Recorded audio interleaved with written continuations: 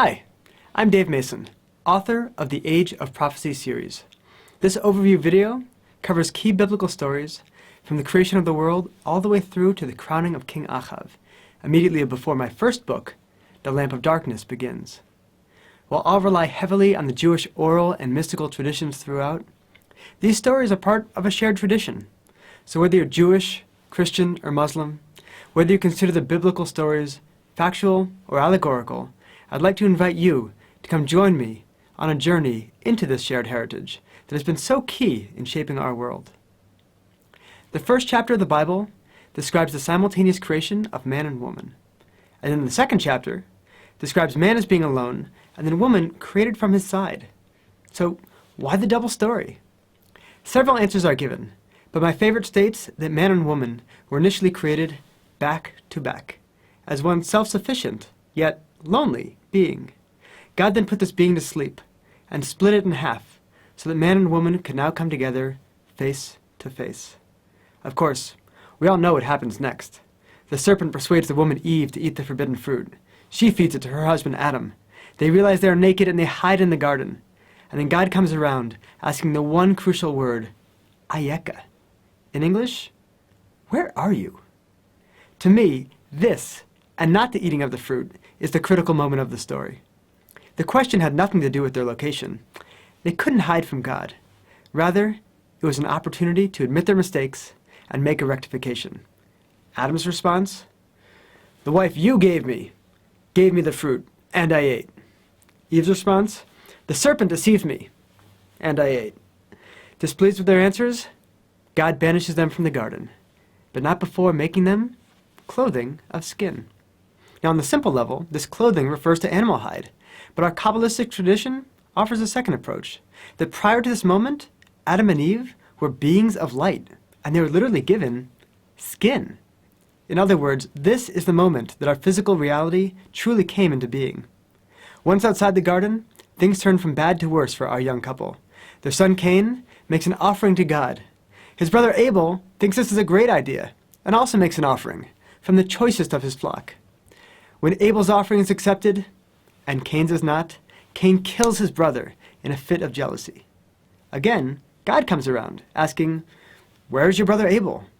As with his parents before him, Cain fails to own up to what he has done, responding, am I my brother's keeper? And is banished to walk the earth. But then an interesting thing happens. Cain begs for mercy. God responds by marking Cain with a sign, protecting him from harm. There's a beautiful story that later Cain runs into his father Adam. Adam is surprised to see him still alive, so Cain explains how he asked for mercy and received it.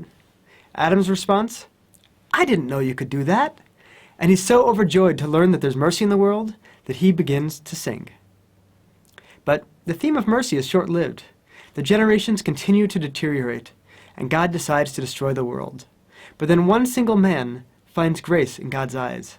Noah builds the ark for 120 years to save his family and the animals from destruction. Yet he himself is never the same. After the flood, Noah gets drunk and complains to God that the flood was wrong. God's response, now you tell me? You had 120 years to protest. Why didn't you try to change my mind before the flood? 10 more generations pass before one emerges who truly embraces this role as an advocate. Whereas the text states that Noah walked with God, Abraham walked before God.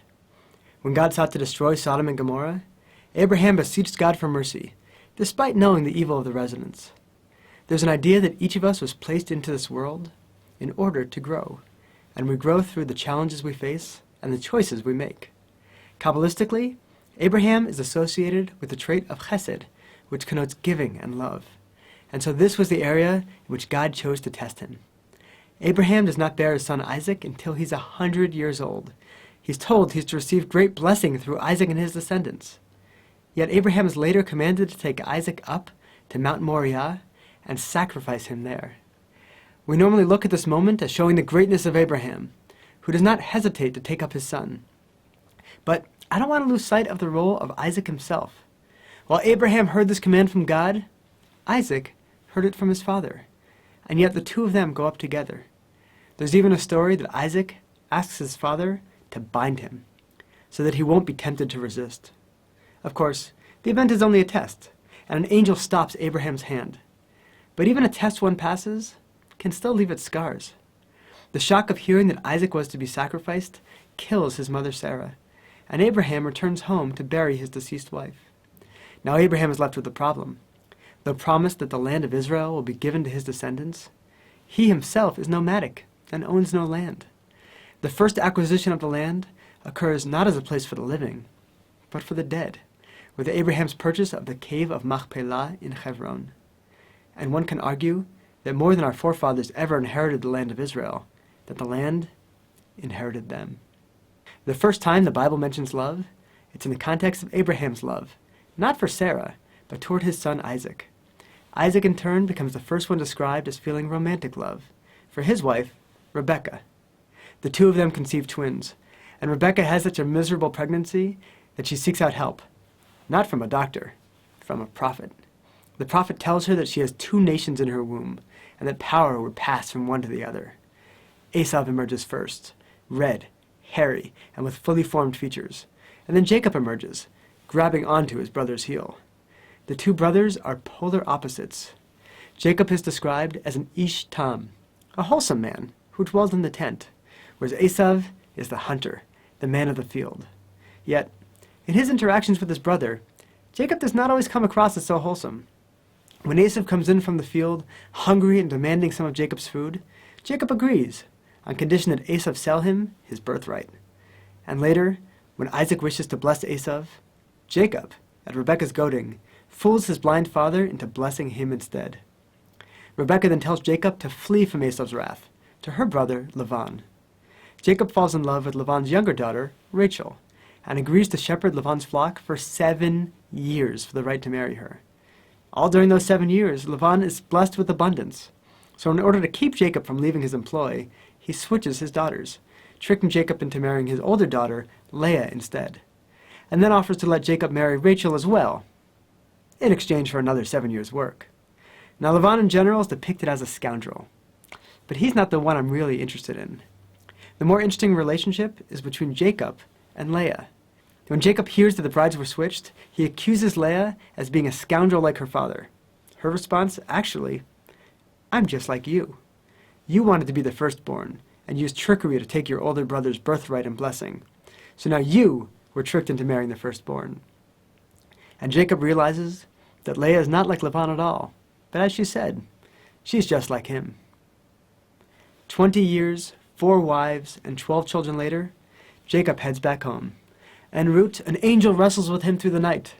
At the break of dawn, the angel declares, "No longer will you be called Jacob, but Israel, for you struggled with God and man and prevailed." Yet, Jacob's struggles hardly end there. Rachel dies, and Jacob favors her oldest son, Joseph, over his older brothers. Joseph builds himself a reputation as a tattletale, and shares his dreams that one day all the brothers will bow down to him. The brothers in turn hatch a plan to put a permanent end to Joseph's dreams. They strip off his tunic, dip it in blood, and present it to Jacob as evidence that Joseph had been killed. In actuality, Joseph is sold into slavery and taken down to Egypt. There, his master's wife desires him, and she rips off his slave garment. When he runs away, she claims that he attacked her, and Joseph is thrown into prison. Pharaoh has a nightmare. He hears of Joseph's reputation as a dream interpreter. Joseph's prison garments are removed, and is cleaned up to appear before Pharaoh. Pharaoh says, "I hear you can interpret dreams." Joseph replies, "That is beyond me. God will answer Pharaoh." Up until this point, whenever Joseph spoke, we always heard either his impressions of his own greatness or his feelings that he'd been wronged. Now for the first time, 13 years after he was sold, we hear the voice of a Joseph who is not caught up in his ego. Joseph tells Pharaoh how Egypt will have 7 years of abundance, followed by 7 years of drought. Pharaoh realizes that Joseph is the one who can save Egypt during this drought, and for the 4th time in our story, Joseph's garments are removed, this time replaced by the finery of kingship. When the years of drought hit, Jacob sends his sons to Egypt to buy food. When the brothers appear before Joseph, he has their very lives in his hands. Yet the lessons he learned during his years of captivity allow him to see the bigger plan. And rather than taking revenge upon those who sold him, he brings them and their families down to Egypt and sustains them throughout the drought. We now take a massive jump forward in our story. Joseph and all his brothers die. Their descendants are fruitful and multiply. In fact, they become so strong that the Egyptians fear them and then enslave them. But still they grow stronger. So the Egyptians decide to kill all the boys, letting only the girls live. To save the life of one boy, his mother puts him in a basket and floats him on the Nile. Pharaoh's daughter finds him, takes pity on him, decides to raise him as her own, and she names him Moses. Moses' sister Miriam runs up to Pharaoh's daughter and offers to get her a wet nurse for the boy. And this is how it happens that Moses gets nursed by his own mother while growing up in Pharaoh's palace. When he later sees an Egyptian taskmaster beating an Israelite, he suddenly needs to make a choice. He kills the Egyptian and flees the country. Moses gets married and shepherds his father-in-law's flock. One day, one of the baby lambs runs away. Moses finds him drinking from a stream and says, "If I knew you were thirsty, I would have brought you water." He then picks up the tired lamb to carry him back to the flock. Seeing this, God determines that anyone who could be so loving to another's flock is the right one to shepherd God's flock, Israel, and immediately the burning bush appears. 10 plagues later, Moses leads the people out of Egypt, and then turns them right around on God's command and leads them back, setting up camp right against the sea. Pharaoh hears they're trapped and sends out his full army. The people freak out, assuming this is the end. Moses turns in prayer to God. God responds, "What are you calling out to me for? Tell the people, journey onward, and you, raise up your hands and split the sea." Personally, this is one of my favorite biblical verses because it shows that prayer, while having a strong place in our tradition, is not meant to take the place of action in this world. Nachshon ben Aminadav is the first to go into the water. He goes in up to his knees, up to his waist, up to his chest, and just keeps on going until the water is all the way up to his neck and he's on the verge of drowning. And that is the moment that God splits the sea. There's a story that the first 2 commandments were given to everyone with such force that their souls were literally knocked out of their bodies and then restored. After that, the people said to Moses, "You go up. We'll take your word for it." So Moses goes up and he stays up for 40 days and 40 nights. Meanwhile, the nation doesn't know what happened to him. They know they can't handle talking to God directly. And here they are, stranded in the desert. So they create the golden calf, not as a replacement for God, but as an intermediary, a replacement for Moses. This doesn't turn out so well, but the need is clear. The people need a way to communicate to God that is not dependent on any one person. So after Moses destroys the calf, he creates the tabernacle, which later gives way to the temple. These become places of communication, the empty space inside, creating room for relationship in a way that a solid gold calf cannot. Post-Sinai, the nation gets ready to enter the land of Israel, and they send one leader from each tribe to spy out the land. The spies notice the great size and fortifications of the Canaanites and lose heart. Their report, "We were like grasshoppers in our own eyes, and so we were in their eyes." In other words, this generation that has been raised as slaves still saw themselves as insignificant, despite all the miracles done on their behalf. And too scared to meet the challenges of entering the land, they're sentenced to 40 years in the desert, enough time for that entire slave generation to die out. Only 2 of the 12 spies return positive reports from their mission, and one of them is Joshua, Moses' successor. Interestingly, when Joshua is preparing to enter the land 40 years later, he again sends spies. I would have thought he'd know better, given his experience the first time around. Yet Joshua sends his spies on a very different mission. Rather than sending them to assess the physical strength and fortifications of the people, he sends his spies to a prostitute. She's able to tell them that these big, strong men in Jericho are so terrified by the approach of the Israelites that they've been unable to perform with her as men should. Joshua's spies return to report that victory will be theirs. After Joshua's death, we enter the period of the judges. For several hundred years, we follow the same pattern over and over again. The people stray, start worshiping foreign gods, so foreign invaders enter the land and subjugate the people. The people call out because of their suffering, and God appoints someone we call a judge, but who more closely resembles a warlord, or an Old West sheriff. These judges include Devorah, the prophetess, who restores peace to the land by defeating the general Sisera, and then sings a song describing how she saved the people by arising as a mother in Israel. And Samson, the man of legendary strength, who single-handedly fights the Philistines, but who has a self-destructive streak that causes him to give away the secret of his power to his enemy. In general, this period of the Judges is characterized by slipping moral standards among the people, and the entire era is encapsulated by the final verse of the book, which is, "In those days, there was no king in Israel. Every man did what was right in his eyes." The transition to kingship begins with a heartbroken, misunderstood woman. Hannah is barren and feels the pain all the more because her husband has multiple children through his other wife, Peninnah. And Peninnah, she rubs Hannah's face in it. So when the whole family travels to the tabernacle to bring offerings, Hannah just cries and can't eat. Her husband responds, "Why are you so sad? Aren't I better to you than 10 sons?" So Hannah puts on a fake smile and eats something to make her husband feel better, and then goes into the tabernacle and prays with all of her heart, so much so that her lips move, but no sound comes out. Eli, the high priest, sees her and yells at her, "Remove your wine from yourself." Yet so heartfelt are Hannah's prayers that 1,000 years later, when the sages created the structure of Jewish prayer, they modeled it after her. The following year, Hannah gives birth to Samuel, who becomes the last and greatest of the judges. He restores prophecy, which had been rare during the preceding years. And when the people see Samuel growing old, and his sons not following in his ways, they demand from him a king. So God commands Samuel to anoint Saul, the most worthy man in the kingdom. But sometimes, the most capable man is just not capable enough. Saul runs from the job, hiding among the baggage when the people come to declare him king. And he so fears losing the respect of the people that he gives in to their will at every turn, even when commanded otherwise by God. And so Samuel is sent to anoint another king in his place, in secret this time, the shepherd boy, David. And while Saul doesn't consciously know that the kingship is passed to David, the transition causes him to fall into a deep depression. A depression only relieved when David is in his presence, playing his harp. David's victory over Goliath wins the admiration of the people, and Saul sends him on more and more dangerous missions, at first because of David's military success, and then, fearing that the people love David more than him, he sends him out of jealousy, hoping that David will die in battle. Eventually, Saul gets into such a rage that he himself attempts to kill David. David's redeemer?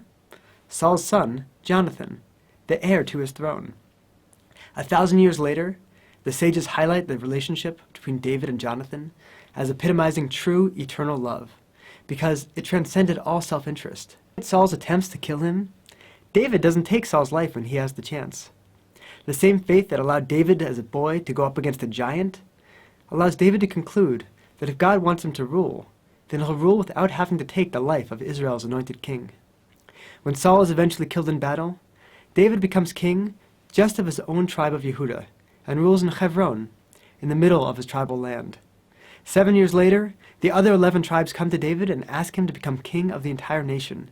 Only then does he move his capital to Jerusalem, at the very northern tip of his tribal land, so that he can have a capital accessible to all of the people. David's son Solomon takes over from him, and Solomon built the temple in Jerusalem and was considered the wisest of men. Yet, it was his wisdom that led to his downfall. Almost all of the commandments in the Torah are simply given, with no justifications. But there are few that do have explanations, such as the command that a king should not marry too many wives, lest they turn his heart astray.